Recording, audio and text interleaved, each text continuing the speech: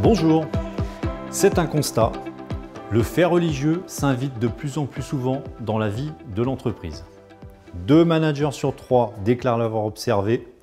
1 sur 5 s'estime même débordé par le sujet.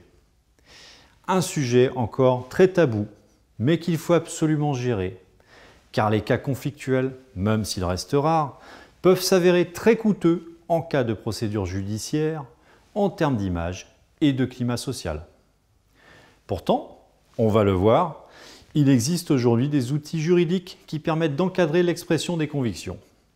La liberté religieuse est une liberté fondamentale, inscrite notamment dans la Convention européenne des droits de l'homme. Les salariés du secteur privé peuvent donc exprimer librement leurs convictions et ne sauraient être sanctionnés pour cette raison.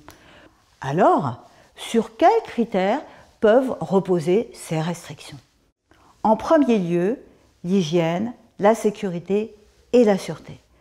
On peut se baser également sur l'interdiction du prosélytisme, du harcèlement et de toute forme de discrimination.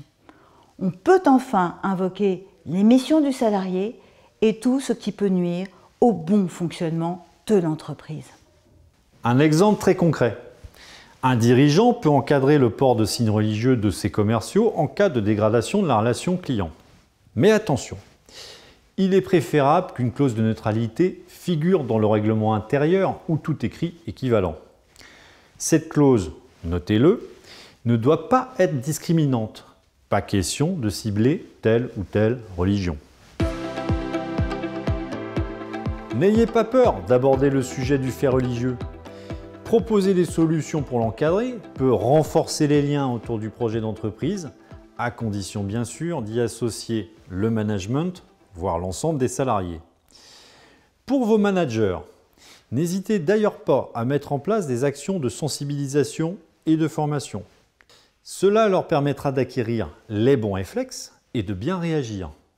Ce sera aussi l'occasion pour eux d'exprimer leurs éventuelles difficultés et de se sentir soutenus par la direction. Dans tous les cas, le dialogue doit être privilégié et les règles clairement exposées.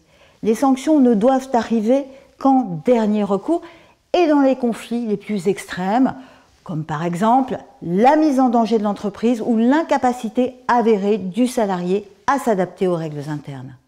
Dernier conseil, ne vous précipitez pas sur une solution. À chaque entreprise, sa ou ses réponses. Anticipez toutes ces questions et compte tenu des risques pour l'entreprise et ses dirigeants, n'hésitez pas à solliciter l'avis d'un expert.